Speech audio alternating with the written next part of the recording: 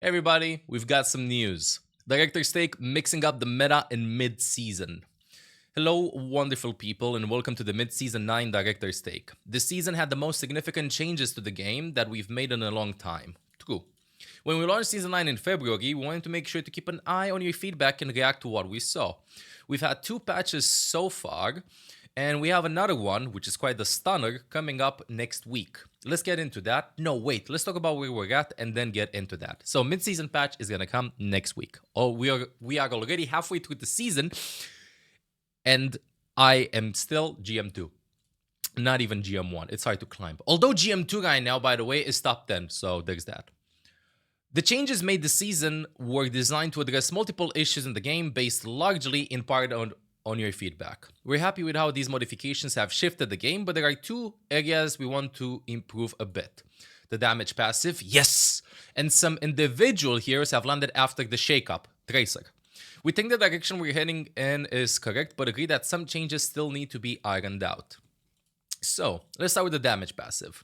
It's had quite a big impact on the game. It was designed to push our damage heroes to the forefront of a fight. In terms of securing kills, it's definitely doing this. Correct.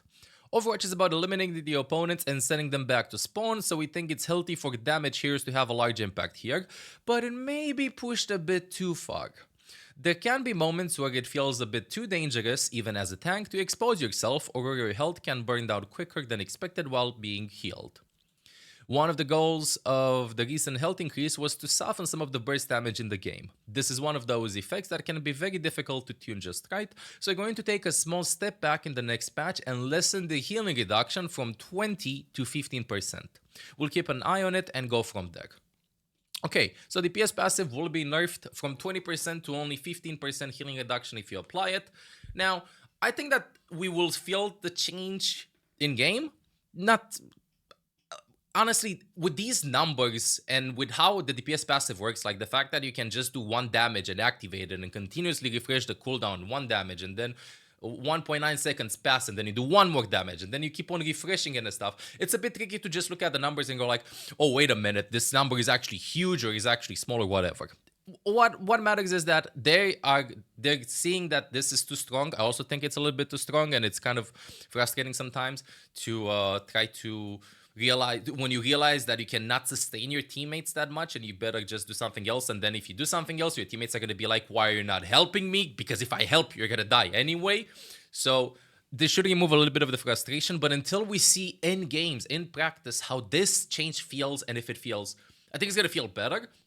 But how impactful this will be, it's hard to say if this is going to be like a huge change in which the DPS passive might be too strong or too weak, but still a change that I'm okay with. This is something that I've been saying and that chat's been saying actually ever since like Season 9 was released. After a couple of days, everybody was like 20% is a bit too much, let's make it 15%. 10% might be too much of a nerf. 15% I think is the sweet spot. Let's see what's going to happen and how it's going to get played out. With balance, we're touching roughly half the heroes on the roster in this patch. Okay, so in Season 9, literally everybody got changed, everybody had changes, and now they're balancing half the roster. Okay, the power of heroes moved around this season, and while we think this type of change can be healthy for the game, we'd still like to make sure that all heroes feel viable. We'll release the full set of patch notes in a few days, but I'd like to get into a few more notable changes that we're making here. Please, Ilagi change. Please. On the support side, okay, we're starting with supports. We're making a fairly significant buff to Ana's grenade. Its damage and healing will move from 60 to 90 health to give her more self-survivability. Okay, Ana is an interesting hero and one of the most played in the entire game, so we're hoping that this adjustment brings her to a place where she feels viable but not dominant.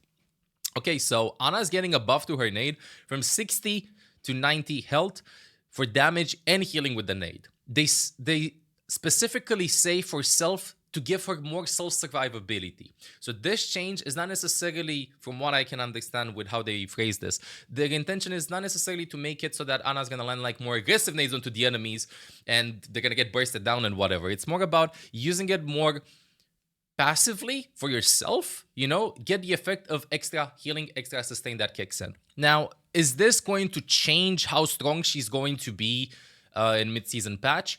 By itself, no. I think that she's still going to be roughly at the same level. It's 30 health it's hard to see this change in isolation compared to all the other changes that they have mentioned over here that we're going to go over in a second, because it's just 30 health. Melee does 40 damage now instead of 30. There's one thing that I can see with this though, the fact that if you nade yourself, that 30 health might be able to keep you alive in Ana Brick team compositions, in which Brick just protects Diana, paired up with this healing reduction from 20 to 15% with the DPS passive, maybe with other changes to other heroes, it might be enough to push Ana into the meta or be played a little bit more. But by itself, you can't be like, oh my god, this is making Ana back S tier, A tier, whatever and stuff. There's no way, just this. And my opinion on them addressing the negative stuff, I personally would have not done this.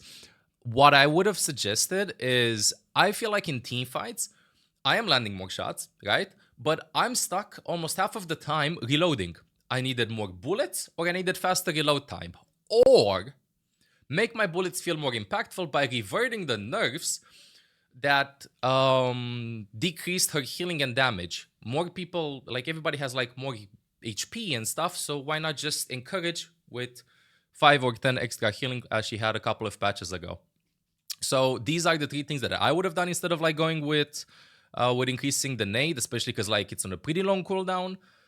So yeah, either faster reload time or more bullets, so I'm not stuck reloading nonstop. Reload management is key to Ana now and to a lot of heroes. By the way, in case like your hero's not popping off right now, just check and see how much you have to reload, and that might actually be the thing. Or just revert the damage/healing changes that they've done. I think right now you do 70, you should do 75 or 80, 75. That would be a way more important change in my opinion than this, because what this does is that when you're gonna get dive with Ana right now, like yeah, you can look for aggressive nades, sure, follow up, whatever, but the duration got nerfed. It's 3 seconds right now compared to 3.5 seconds, so the window is slower, plus everybody has more HP, so they can survive for longer anyway. What this does, again, not by itself, but in comparison and taking into consideration every other change that we're going to be getting, is that if you dive Diana, she's just going to nade herself, and that 30 extra health might help her survive a little bit more. Melee does 40 damage, though. So, I don't know what to say. I don't know how strong this is going to be. Hard to say by itself. That's the TLDR. We're also making a few adjustments to Lifeweaver. How many buffs is Lifeweaver getting to help with his healing burst potential? Okay, his maximum heal will increase from 70 to 80, with a maximum charge increasing from 1 to 1.15 seconds. Okay, so a little bit extra healing, but a little bit extra charge time. Along with the reduced damage roll passive, we think both he and Mercy will be more viable moving forward. I can see that. They probably did some tests. I hope they did some tests in which they saw how healing reduction takes, like how easy it is to sustain teammates with Mercy and Lifeweaver that are being affected by the DPS passive. So by itself, this isn't going to be like something wow, but honestly, I haven't seen Lifeweaver being played that much, and I think that he's, ever since his release, I think that he's a direct consequence of other heroes being strong. I think that when Lifeweaver is going to be meta, he's going to be very, very, very strong, because he might be the most buffed hero in the game before he's viable. You know, before he is in the top tiers to win games, I mean. Now, 70 to 80, yeah, I agree. The fact that he only does 80, the fact that he's going to do 80, I don't think it's going to be fine. It's just like, it's very hard with these changes because they're like just 10 seconds, 10 extra healing, 10 extra damage, 0.15. By itself doesn't seem that much, but again, in correlation with everything else, it's a lot. I have something in my eye. Okay. I think I still have it. Give me a second. Also, they don't mention anything about Mercy from what I see. I expected Mercy to be a little bit better than she is right now. Mercy will be more reliable moving forward, taking into consideration the reduced damage roll passive. I thought that Mercy was going to be a little bit better. Oh, wait, give me a second. Let me just pause this. With pocketing DPSs to help them with new breakpoints that they have, but speed boost 3 to 1, just diving them is a little bit too strong. This should be okay-ish. I don't know. I don't think it's enough, but we'll have to wait and see. Doomfist and Maugar, the 2 tanks, getting a tune-up. Okay. Meteor Strike's minimum damage will increase from 15 to 50. Why? Well, this might not seem like a big change. The amount of damage this ultimate does scales from the edge of its effect to the center and should result in a lot more guaranteed damage. Ultimately, we want Meteor Strike to give Doomfist or his team the ability to follow it up and secure eliminations more reliably. Now, I think that Doomfist is hard meta right now. I don't think that he needs any help right now. I'm seeing Doomfist in so many games, and I feel like even though you have like absolutely insane Doomfist with insane techs and stuff, I think that if you just have not necessarily basic understanding of the kit, like you still know combos, you still know when to go in, get out, and whatever. You don't have to like completely master his combos, his techs and stuff to get a lot of value out of him right now. You know? And the fact that they buffed him is just going to make him a little bit even more played. You know? I don't think that he needed this change. Maybe he needed a change like this before Season 9. Or like when he's not being played that much. But I don't know what stats they're using to like see the win rate for Doomfist or the play time for Doomfist.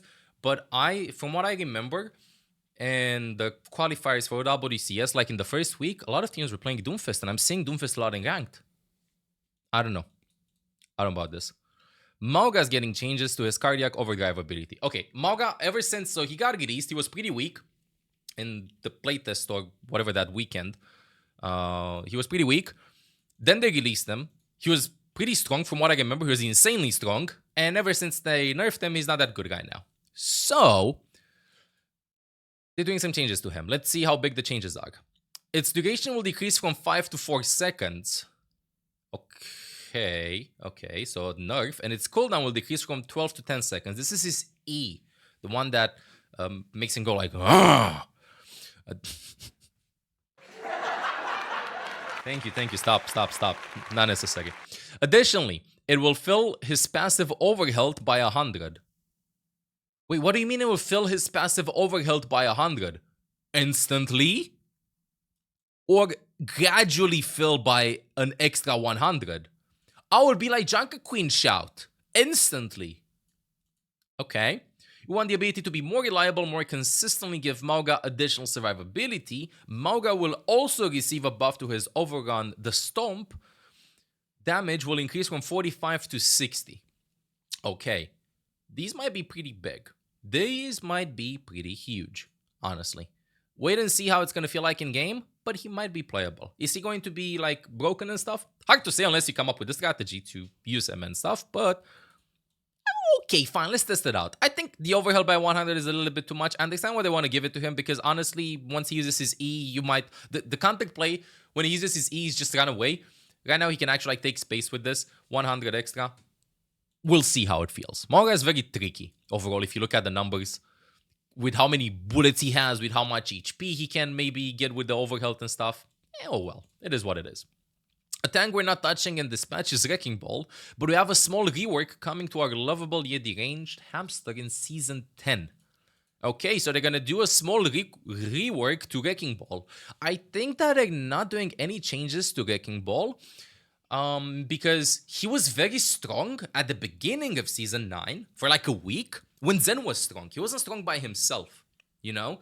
He was pretty strong by himself, but it's because he worked really well with Zenyatta. You know, and Zen was played, Zen got nerfed, probably they're not seeing that much ball, so maybe the changes, I'm just speculating here, maybe the changes that they wanted to do to him have been postponed or just revisited, and they went like, guys, he's not strong by himself that much, it's just like the combo with Zen with both the synergy, so let's see how this rework, the small rework, will affect how strong ball is, and then we might do some changes, nerfs or buffs and stuff. So, Wrecking Ball players, I hope that this is exciting news, a small rework, coming in Season 10. So not in mid-season patch, in Season 10. So that's a couple of weeks, a month or so, I think. More than a month. Expect all of these changes and more to go live for our mid-season update next Tuesday, March 12th. I'd like to reiterate that we'll be watching the game and listening to your feedback when these changes go live and react accordingly. In fact, we've already talking about some of the modifications that we'll be making in Season 10. We're also going to be running our next quick play hacked later this season. This one is called Double Trouble, okay? And it removes the one hero limitation in game. So, open. Role queue will still be active, but this means that players can choose the same hero for both damage and support roles. Ooh, so you can have 2 bananas. The hero limit was something that was implemented in Overwatch early into the original launch. At that time, we didn't have role queue in the game, and players would create a team of 5 Winstons and a support. We called this strategy Quinston, and it won our first internal tournament. Ooh, this is gonna be interesting to see, honestly. I want to test this out. What would be like the strongest supports that you can pick up? Oh my god, how are you gonna eliminate 2 Life Weavers? Oh my god, 2 Life Weavers, 2 Tracers, a ball. What? 2 Moigas, 2 Lucios. Oh my goodness. Yeah, it's gonna be interesting to experiment with this, honestly. This quick play hacked, I'm more excited for it than the previous one that they did with the speed changes and whatever, with how fast the game was. Double Farah Mercy. Oh yeah. Oh my god. This is gonna be interesting to see how this is gonna be played out. Excited for this. 2 Kirikos, 2 Tracers, and Doomfist. Ooh. Oh my god. You can go 2 Mercies and pocket the Mercy. Can't wait. We need to think about comps. Yeah, we need to think about comps. I want to see how this is gonna go. I think it's gonna be pretty fun. 2 Baptistes to just lamp each other. However, now that we have role queue in the game, the possibility of creating comps like this is gone, giving players more freedom in which hero they choose and more creativity in putting comps together could be great. We can't wait to see what you come up with. That's it for the update. We're looking forward to next week's patch, and let's make a great game. Okay, so super excited for this one. I want to test it out later this season. So I don't think this means that it's going to come out with a mid-season update later this season, so before season 10. So probably not March 12th, but towards the later part of March, I think, or early April. Hopefully it's gonna last like a week or 2, hopefully. So there's one hero though that I'm not seeing mentioned at all. I got my answer to this though. Ilagi. I feel like Ilagi hasn't been doing that well at all. I have 5% win rate with Ilagi. I played 5 or 6 games. I lost all of them. Tracer is also a little bit too strong in my opinion. No mention of Tracer. They did say though that they're doing changes to half of the roster. And I want to talk about Ilagi for a second because I saw on Reddit that the question has been answered. Alex said, somebody was asking, Skavora was asking, please say that there are some Ilagi buffs coming too. Please, I can't take this anymore. And Alex said, slight gun buff. Now, are they buffing the healing? Are they buffing how fast you charge your shots? Are they buffing the damage that you do? Because if the breakpoint is going to be like a headshot and a body shot, or maybe 2 headshots, rather than 2 headshots and a body shot as it is right now, faster fire rate, more ammo, I don't know, stuff like that, then maybe that's enough. Maybe that's enough for her to go on the side and look for a flank and stuff. Faster charge would also be pretty huge, to be honest. So let's wait and see. Alex said slight gun buff. So I'm expecting just 1 change. If I'd have to pick, I would change. Easiest one would be just to increase the damage. Easiest one would just be to increase the damage. And one that would be a little bit more complicated, I think. But I would also like. Second option, like option B for me, would be just make sure that her charge rate is faster. So that you don't go like, pew, pew. 1 second. Okay, waiting to charge the shot. Pew! Pew! That's how it feels to play Ilagi. Just make it faster. So you go pew, pew, pew, pew, pew, pew. Anyway. So, yeah. Kind of excited to see what mid-season patch is going to bring up. And I can't wait to see the patch notes, to be honest. I want to see changes maybe to Sim, maybe to Junkrat, to Ilagi definitely. Tracer nerfs. So we'll wait and see what's going to happen. Please let me know in the comments what you think about this director's take. And if you enjoyed the content, don't forget to subscribe. Till next time, ML7 out.